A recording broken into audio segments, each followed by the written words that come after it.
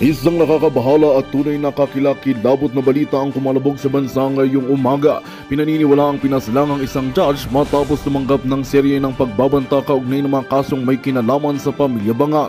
Ayon sa mga paunang ulat, nakita ang walang buhay na katawan ng hukom sa loob ng kaniyang sasakyan sa Quezon City kagabi, Mayo 18, 2025 hating gabi. Agad itong nagpasiklab ng panibagong sigalot. Hustisya ba ang magiging tugon o mauuwi ito sa walang katapusang higanti? Sa gitna ng pagdadalamhati ng hudikatura, mabilis namang kumalat ang mga aligasyon na sina First Lady Liz Mags at Pangulong Kuting Jr. umano ang may kagagawan ng pagpaslang. Paratang na agad na itinanggi ng Malacanang bilang walang basihang chismis at black propaganda.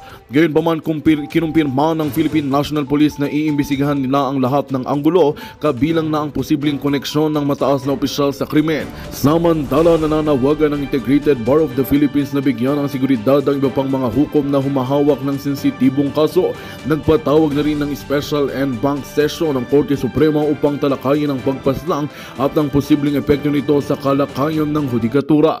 Habang hinihintay ang resulta ng autopsy at forensics, umaapaw ang takot at galit sa publiko. Iba't ibang grupo ang humihingi ng mabilis at makatarungang imbestigasyon. Patuloy naming tututukan ang pag-usad ng kasong ito at ihahatid sa inyo ang bawat bagong detalye. Dahil sa bandang huli, hustisya ang tunay na tanong. Makakamit ba ito o matatalo ng pinaniniwalaang higanti? At yan nga ang balitang ating pakakatutukan. Ngunit bagong lahat, siguraduhin mag-subscribe at ihitang notification bell para sa patuloy na pagtutok sa mga sulap ng bagong balita sa tunay na boses ng masa.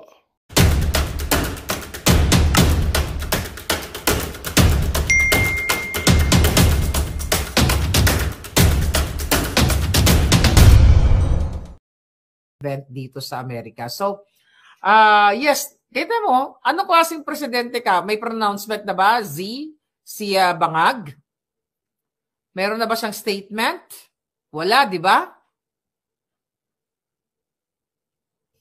Wala na ito si C. So anyway, walang statement si Bangag. So definitely, baka nagpupulburo na naman yan si Bangag. Kaya dapat, ang tanong mo kung si Inday Sara, dapat talaga si Inday Sara ang dahil vice president siya eh. Pero alam naman natin, hindi imposible yon. Dahil nagpapanggap yung mga yan, kahit na magugurgur na yan, kahit nakaratay na yan minsan sa banig, nagpapanggap na kunyari may urgent matter, nagpi-fake ng mga post nila para kunyari is okay lang siya. But anyway, yes, go ahead, Palangga. Alejandro. So, yun lang po ang point ko, no? Kung alam ko, kapag wala ang presidente sa bansa, ang vice president ang tumatayong presidente, acting president. So, pwede niya utusan ng polis na umatras. Hindi po ba ganun? Yun lang po.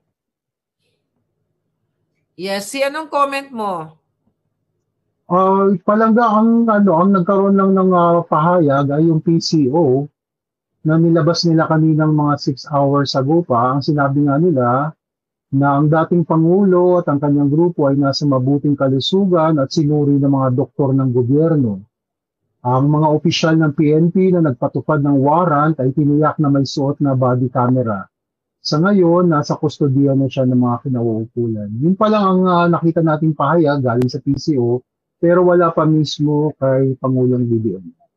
Yeah, doon sa tanong ni Leandro kanina na automatic ba na presidente, na si vice president. No, actually, kung siya ang inatasan na officer in charge, siya. Pero kasi, sabi ko kanina, imposible yan. Kasi pwede siya mag-atas yung executive secretary niya kung sino ang gusto niya. At again, hindi nga talaga natin alam kung nasaan si Bangag dahil hindi nga siya nagsasalita. Pero sa puntong yan, Leandro, hindi automatiko na si Inday Sara. Dahil unang-una, alam naman natin ang hidwaan ng mga yan at kumalas lang nga si Inday sa kanyang gabinete. So, that's not gonna happen. So, wishful thinking lang natin na sana si Inday para may mandato siya na siya ang mag-acting president. But you'll never know. Baka bukas, makalawa, siya ng presidente dahil sa mga nangyayaring ito. Kaya, pero kung may sabihin ka pa yan. Okay po, salamat po. Thank you, Leandro. At least nagkausap tayo. So you'll never know, Leandro, mamaya na-OD na rin pala si Bangag. And si Inday na presidente, walang kahirap-hirap, right? So we can just pray and hope na magkaroon ng divine intervention sa ating bayan. So thank you very much. Okay, Palangga Z? Yeah, recently kasi ang ina-appoint na si ES. Di ba? Siya ang inaatasan. Oo. So may bago ka bang diyan nakuhang impormasyon? Kasi susunod si Catherine Joy Ortega. Sige, ipasok na lang muna natin siya. I-scan ko lang kung meron ng development. Hello po. Hi, Catherine. Nasa Pilipinas ka ba o nasa ibang bansa? Yes po, nasa Laguna po ako. Actually, okay, ma'am, kumusta kayo dyan sa Laguna? Marami po kami dito na nagma-my day and nagpo-post na po ng mga pictures sa wall namin ng nangyayari kay FPRRD. Kasi marami, solid po kami dito. And actually, marami rin po akong nakakaaway. Ang daming, sinabi ko nga kanina sa post ko, i-unfriend nyo na ako or i-block nyo ako mga kakampings kung dahil sa pagsuporta ko kay Pangulong Duterte, masisira yung pagkakaibigan natin. And sobrang nalulungkot po talaga ako kasi nung panahon niya, talaga pong kahit pandemic is pakiramdam ko po at saka talagang kita namin na safe po talaga dito sa lugar namin. Ngayon, kaliwat kanan, mga nagsashabu dito. Kapitbahay namin, tindahan ng shabu. Ngayon, balik na naman sa dati.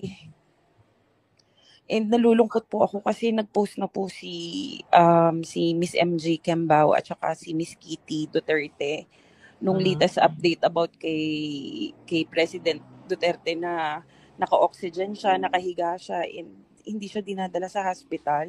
Walang proper medication. So, Miss Maharlika, ano po kayang next? Ano pong pwedeng mangyari? Kasi sabi nila meron na daw susundo sa kanya. Ang kagandahan lang naman, hindi siya iniwanan ng mga abogado. Ang dami mga abogado nakapaligid sa kanya.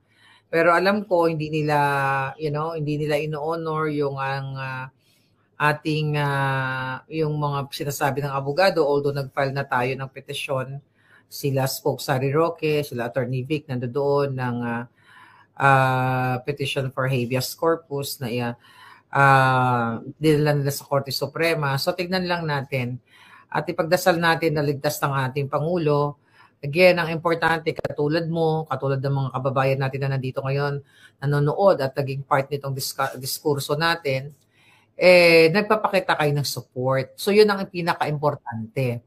At ang mga tao lumalabas na sa iba't ibang mga lugar at I hope dyan sa Laguna magkaroon din kayo ng pagtitipon, well, although I don't know. Pero kung wala po, luluwas po ako sa Manila talaga. Oo, Manila. Kasi tignan natin, mag-update kami dito.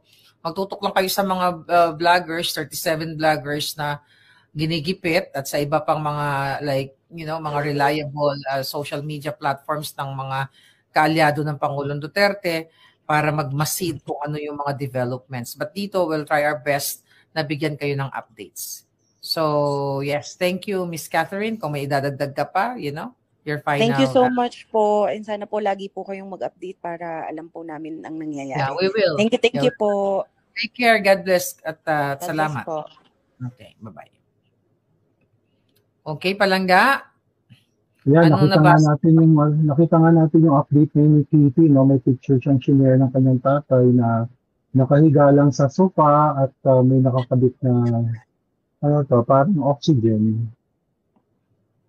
Yan, very sad images. Kitty, meron ba? Oo. Okay, so papasok muna tayo. Sino ba? Kung may share ka pa ba na bagong dyan? Si Kate Wazon. Kate? Ayan, si Kate. Hi, Kate! Ikaw pala yan. Hello po, after 15 years. Natuto po ako magbukas. Wala po ako masasabi ngayon pero napakalungkot ng nangyayari sa ating bansa. Idol, narinig niyo po ako. Naiiyak ako. Yes, Kate, narinig. Karin ka Kasi namin. since 18 years old po ako, watcher ako dun sa Makati. So, kitang-kita po namin kung paano ang paggalaw ng gobyerno. Then, sa panahon po ng matandang Marcos, mas masahol po ngayon ang Marcos na to. Grabe lahat. Kasi ang katwiran noon, di bali magnakaw si Ferdinand Marcos, at least siya lang ang nagnanakaw. Hindi lahat ng mga nakaupo sa gobyerno. Kaya nga ang nangyari noon, si Ramos sa si Enrile na inggit, gumawa sila ng paraan para mapatalsik si Marcos. Ngayon, gabi na po pag nanakaw at ang pag-asa na lang po natin yung manalangin kasi meron po kaming prayer intercession. Dati pinagdadasal ko si BBM, tinataas ko kay Lord. Ngayon si President BP Sara, mga family Duterte, pinagdadasal namin. Actually, mga ka-Christian ko, walang alam. Nag-share lang po ako kung ano nangyayari sa government natin ngayon. Hindi ako nahihiyang ipag-pray na ganun ang nangyayari, mga corruption, smuggling, lahat binabanggit ko sa prayer namin. Yun nga sana, wag po rin tayo mag-alala kasi mahal tayo ng Diyos. Hindi tayo pababayaan. At lahat ng yan ay sisingilin niya. Lahat ng mga taong mga ganid sa pera, sa kapangyarihan, may kapalit yan. Hindi pa man nabubuhay na sila, yung kaluluwa nila nasa impyerno, na totoo po yan. Kaya mag-pray lang po natin. Naiyak nga po yung mga taga-Dubai po ako dito. 7 years na rin po ako dito sa Dubai. Yeah, Kate, grabe talaga. 7 years na rin po ako dito. Napakahirap din po ng... natin yung loob natin at ginagawa naman natin yung paraan para Totoo po. Sana po may magawa po si President Trump. Po? Sana po may magawa si President Trump. We'll see kung anong magiging... Makita yung nangyayari ngayon sa bansa natin. Yeah. Okay, Kate, ingat po kayo lagi dyan. Okay, bye-bye po. Love you. Right. Yeah, thank you. I love you, Palangga. Thank you for always watching. Bye-bye po. So, ngayon ay sabi ni Palangga, go tatay, Rasmin Bicarso. May papakita lang na tayong picture. Yung pinost ni Kitty Duterte. Ang sabi niya, they are denying my dad the proper health care he needs. They are keeping him confined here and not allowing us to bring him to the hospital. He is getting weaker by the minute. Ayan, diyan ang itsura pala ni Pangulong Duterte, mga Palangga. Ayan, naka-oxygen. Kasi galing yan sa travel, puyat yan, pagod. Kaya ayan po siya ngayon nakahiga dyan sa Villamor Air Base. So, kaya sa mga... si MJ. Ha?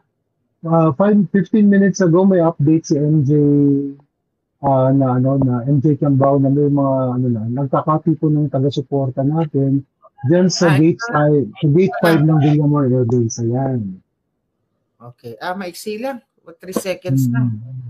So, dumadami na nga yung tao. Pumunta na po kayo doon sa Villamor Air Base. At I think sa EDSA ba to? Sa kanila. Villamor Air Base. Gate 5. Sa Gate 5 pa lang. Gate 5. Yes. So, bantayan po natin. Bantayan natin si PRRD. Bantayan natin. Si Joe Smith. Nako, Joe, you're here. Ito, Palangga Z for the first time. Ito, maraming kwento ito at ginigipit din ng mga bangag ito. Matagal tumahimik si Joe. Joe Smith, Medina, how are you? Ito, mahalaga nakatulog kanina kasi naghihintay nga ako dun sa natin. Sa mga kababayan, bago magsalta si Joe Smith, gusto ko lang ipakilala sa inyo. Kami po ay magkasama simula pa noong bago pala ako nag-vlog, magkasama kami pinagtanggol namin si Bangag. Magkasama kami sa campaign. Muntik pa ako masagasaan. Joe, ikwento mo lahat. Ngayon, I think this is the time para ikwento mo. Magkasama kami, nagkampanya sa unit team. Magkasama ka tayo sa inauguration. Ang dami nating alam dahil pareho tayong kaibigan ni Lisa Tanas. So, ikaw ay isa sa mga ginipit o ginigipit ng TRICOM ng gobyerno ni Bangag kahit ikaw ay nananahimik at nagtatrabaho ng patas dyan sa Thailand, mga kababayan. Pinagbibintangan siya na siya ang owner ng political witch boy which is nilinaw ko na yan na ako si political witch boy at hindi si Joe Smith Medina, at nakikita naman ninyo na ang Facebook page ay may nakalagay kung sino ang mga admin. So definitely wala nga silang makitang Thailand doon, pero idinamay nila si Joe Smith Medina para ibetahin dyan sa TRICOM na yan para guluhin ang kanyang buhay kahit siya ay isang OFW na nagsisikap dyan sa Thailand. Joe, go ahead. Kasama natin si Z. For sure, magkakilala din kayo. Andyan sa gitna, isa siyang kaluluwa. Ayan, so kayo patawanin kahit, you know, malupit ating pinagdadaan. Hi, Joe. Hello, ikwento mo sa ating mga kababayan, Joe, kung paano tayo nagkakilala, paano natin si Percy Bangag, paano ang alam mo kay Lisa. This is your time now para isabihin ang nalalaman mo sa taong bayan. Well, nagkakilala kami ni Maharlika. Matagal na Maharlika, no? Basta nagkakilala kami kasi friend tayo sa Facebook pero hindi tayo nag-uusap. Kasi nag-post ka about PRRD, ako naman about PRRD din, tsaka kay BBM. Hanggang PNM kita hanggang naging magkaibigan tayo. Tapos until si Ma'am Lisa Marcos, sinabi niya, Joe, I will introduce you. Tawaging ma'am yun, si Satanas yun. Ay, nga pala si Lisa. Ang sabi niya sa akin, I will introduce you a great defender of my hobby. Sabi ko, Maharlika? Tapos sabi ko sa kanya, I know her already. So that's great. Tapos sinabi niya na, hanggang nagkaroon na tayo ng close connection. And that time, lagi sa atin tumatawag si Ma'am Lisa, umiiyak.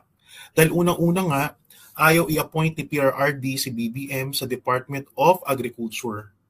At si Maharlika naman, sa sobrang galit, nadamay sila Senator Bongo dahil nga umiiyak si Ma'am Lisa that time. Pangalawa, sige, remind mo ako, hindi naman ako nagalit kay Senator Bongo. Gusto ko lang kita i-correct doon. I think doon sa ano yon, yung sinasabi ni Lisa Tanas sa atin na imamanipulahin ni Senator Bongo nila PRRD ang election 2022. At saka yung protest daw. Pati yung protest. Dahil yung sa protest. Yeah. Pero, again, dahil nga tayo lulong na lulong pa nun sa kabangagan niya eh. Yeah. Tapos diba Maharlika, naalala mo din, nag-message sa akin si Ma'am Lisa na nai-stress siya dahil si Inday Sara walang response kung tatakbo ang president or vice president. And nai-stress siya kasi dapat BBM daw should run for president and Sara should be the vice president. Yung mga naalala ko. At saka yung mga, basta ang pinaka naalala ko sa mga sinasabi niya sa akin ay yung agriculture talaga.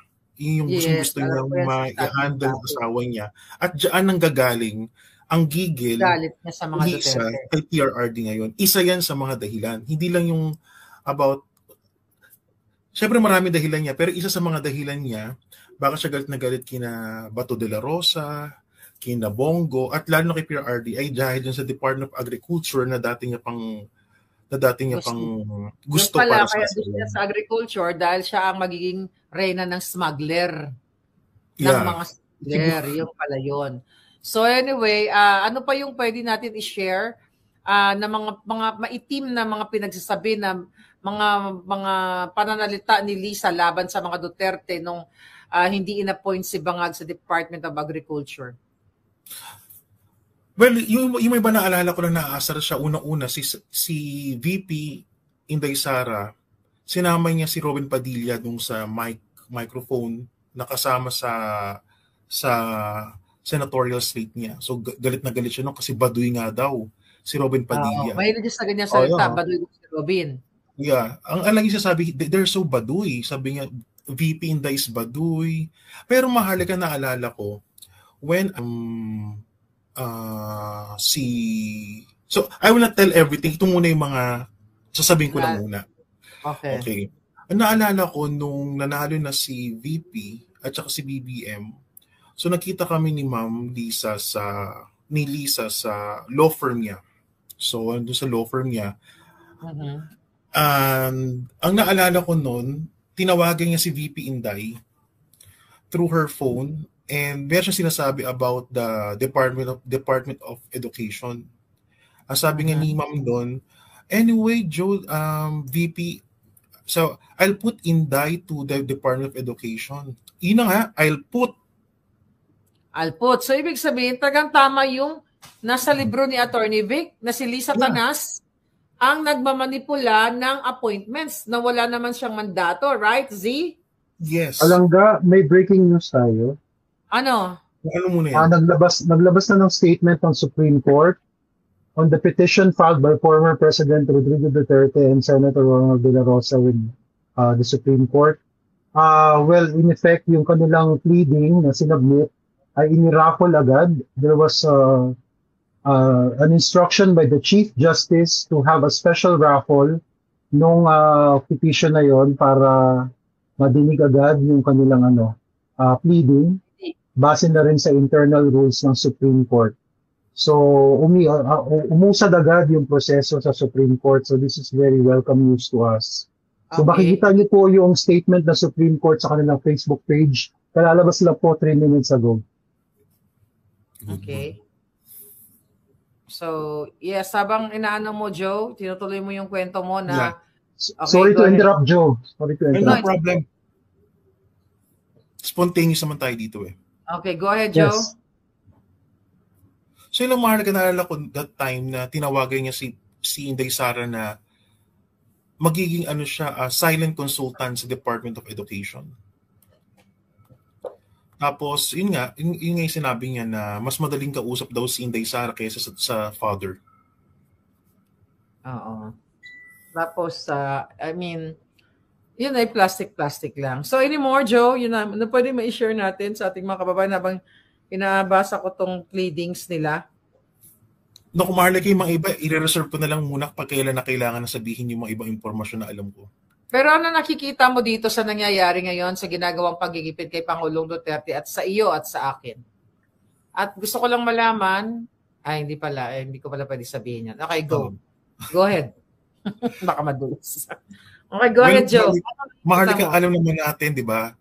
3 years ago pa yata, di ba? Nasabi ko na sa iyo yung mga nalaman ko na plano, di ba? Nila for Inday Sara and others. Isa sa sinabihan ko. Yeah. Ikaw ba nung kasi mas nauna ka sa akin nung umuwi ka ng Pilipinas para suportahan sila eh. Ikaw ba nalaman mo na itong si Lisa Tanas pala at si Bangag ay nagpupulburon? At naalok ka ba na magpulburon? May naalala ka bang inalok ka niya? Naku, Maharlika, sa akin na muna yan. Mo na lang? I-reserve ko na lang muna yan. Oh my God. Yeah. So, basta umalis ako dahil meron akong kinakatakutan at meron akong impormasyon syempre na nalaman. Kaya better na umalis na lang muna ako ng Pilipinas. And lihim akong umalis, Maharlika. Alam ko yan. Naalala ko, di ba?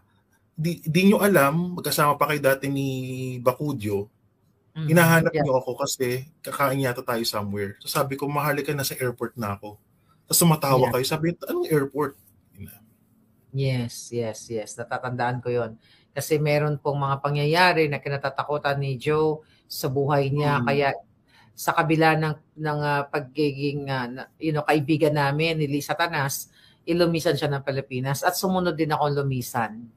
Pabalik ng Amerika at yun na nga, July, nag-usap tayo. Tuloy naman, constant naman natin communication hanggang sa inilabas ko na nga yung lahat ng katarantaduhan ni Lisa Marcos. Yeah. At saka Maharlika, dumaan ka sa proseso kasi hindi ka naman bigla na lang naging... Ikwento mo nga sa kanila. I think that's habang nag-aano tayo ng updates kung bakit ako galit na galit dito sa Jutang G ng mga ito.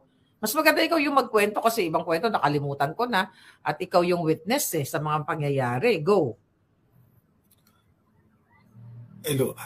Kasi Maharlika, di ba? Ang naalala ko lang kasi nung nasa Pilipinas tayo, lagi tayo nag-uusap about sa plano ni BBM, sa mga pangarap ni BBM, at kala natin, Maharlika, pangarap para sa Pilipino. Oo, mas malapit naman tayo kay Lisa, hindi naman kay BBM. Akala natin na si Lisa ay magiging guide ni BBM para magkaroon ng magandang gobyerno. Kasi abogada siya. Pangalawa, siya kumbaga siya yung superior sa family niya. Nakakapagdikta siya anong gagawin ng asawa niya at mga anak niya. So kala natin, because of Lisa, gaganda yung gobyerno. Kasi 'di ba, ang nakita diba kay Lisa, mabait, lagi tayong sinasabihan ng mga Ay, umiiyak-iyak pa siya. Marika! Drama-drama kalbot. Umiiyak pa siya dati na lagi siyang inaapi. Diba? Yeah. Ganoon naman ang nasa projection niya eh. Hanggang si Maharlika kasi, yung umalis sa papuntang Thailand, ikaw naman sa Amerika, yung communication natin, continuous pero medyo tipid. Kasi siguro, overwhelmed tayo dahil nga nanalo si BBM. And then, until one time, si Maharlika, tumawag sa akin yan, madaling araw na malungkot. Sabi ko, Maharlika, anong nangyari? Sabi niya sa akin, bakit ganito ang nangyari sa gobyerno natin? Ba't parang hindi ito yung inaasahan natin? Hanggang nawala ng communication na Maharlika ng mga 3 weeks until naglabas ka na ng babaeng ahas. And that's the story na. Yeah, so talagang sinabihan kita, di ba? At hindi lang yon, yung mga na-witness kong mga injustice sa mga tao. Yes, napakarami. Oo, doon, di ba? So, yun yung mga nag-trigger sa akin. Yeah. Una-una, ayaw nila papasukin sa HQ. Ang napakalaki ng space. Pangalawa, yung pagkain. May mga supporters dahil na tinatanong mo ako, bakit ayaw pa kainin ng headquarters yung mga supporters? Tapos ikaw pa yung nagbayad ng 5,000 pesos at 10,000 pesos for Jollibee. Binigyan mo sila ng pera pambili ng pagkain. Naalala mo yun? Nung pagdating galing ako sa Amerika, fresh na fresh, amoy M&M. Di ba? Tapos binigyan mo ng pera Joe, I think that was the first time na nag-meet tayo personally, di ba? In person. In person, yeah. Ayun, in person. Tapos yung approach ko agad sa'yo, nagagalit ka agad ako doon dahil hindi nila pinapakain yung mga tao. Yes. Ano sabi ko sa'yo? Alam mo, mas maganda kasi yung hindi ako nagkakwento, ikaw eh. Nung una tayo nagkita, pagpasok ko sa HQ, andiyan ka lang di ba? Yes, yes. Joe witness ito eh. Ano yung naging reaction ni Maharlika nung pagpasok sa HQ? Di lagi mo tinatanong, bakit ganyan ang trato ng mga ng HQ? Alam ba yan ni Lisa? Alam ba yan ng ano yan? Tapos noon, syempre, lahat ng mga nangyayari sa HQ Maharlika ay may basbas ni Lisa. Dahil siya ang manager dyan eh. So, hanggang lumabas ka na ng HQ, wala ka na lang magawa, so ikaw na nagbigay ng pera. Binigay mo sila ng pera. Pinakain muna tayo. Yeah, pinakain muna tayo. Daming pagkain. Lechon. 2 lechon, buffet. Overflowing yung pagkain, nagagalit ako. Sinasabi ko sa'yo, bakit ito hindi madala dun sa baba at hindi pa kainin yung mga tao? Tsaka overflowing din kami ng alak. Yeah, grabe. Kaya, paglabas doon, kawawa talaga yung mga tao. Yun po yung mga nag-trigger. Hindi lang ako bigla na lang na parang pag-isip ko na magagalit na ako sa kanila. May proseso. May mga nakita. Masakit, Maharlika masakit sa atin gawin to kasi yung connection naman natin sa kanila, hindi naman to yung supporters na nag-support. Ano lang, Meron tayong deep connection kay Lisa. Naka-oxygen po si Pangulo Duterte. Yes, ipinakita na natin yung picture kanina. Doon lang sa nagtatanong. May update si Tio Moreno. Ano daw? Sinasakay na nila si PRRD sa sasakyan? Sa mismo. Sa airplane. Magdadala sila ng mga putang ina talaga. Update ni Tio. Ikaw, Maharlika, una nakaranas ng harassment. Yes, mga kabalangga. So, anong ginagawa ng ating, anong ginagawa ngayon? Wala bang pumipigil sa mga putang inang ito?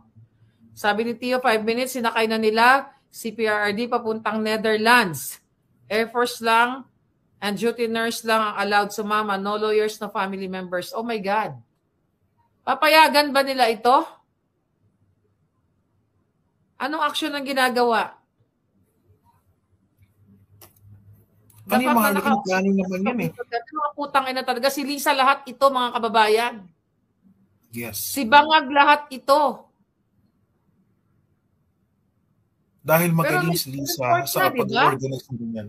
Is this true? Kasi babasa mo lang ng Supreme Court order.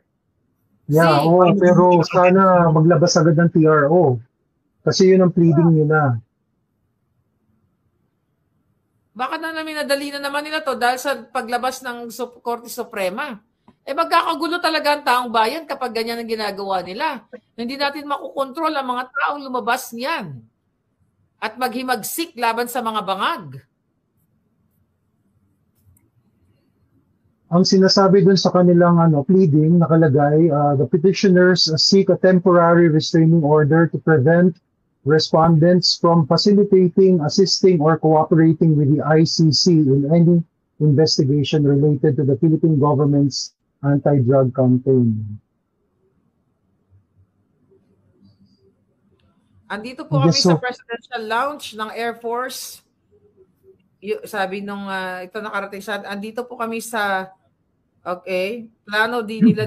plano nila dito lang siya i-hold until plane arrives to extradite him to The Hague.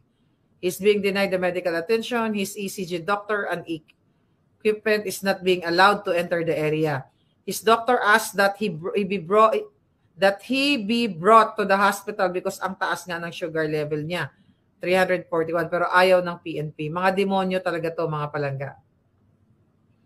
Ano to? Ang taas ng sugar level na yun.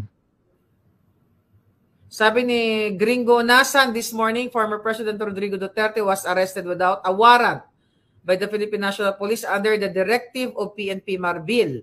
He was taken to Villamor Air Base without any clear legal basis for his detention. Before his arrest, President Duterte made a defiant statement, "You will just have to kill me. Hindi ako papayag kung kakampi ka riyan sa mga puti." This moment evokes a chilling historical parallel to the last words of Senator Ninoy Aquino before his assassination in 1983.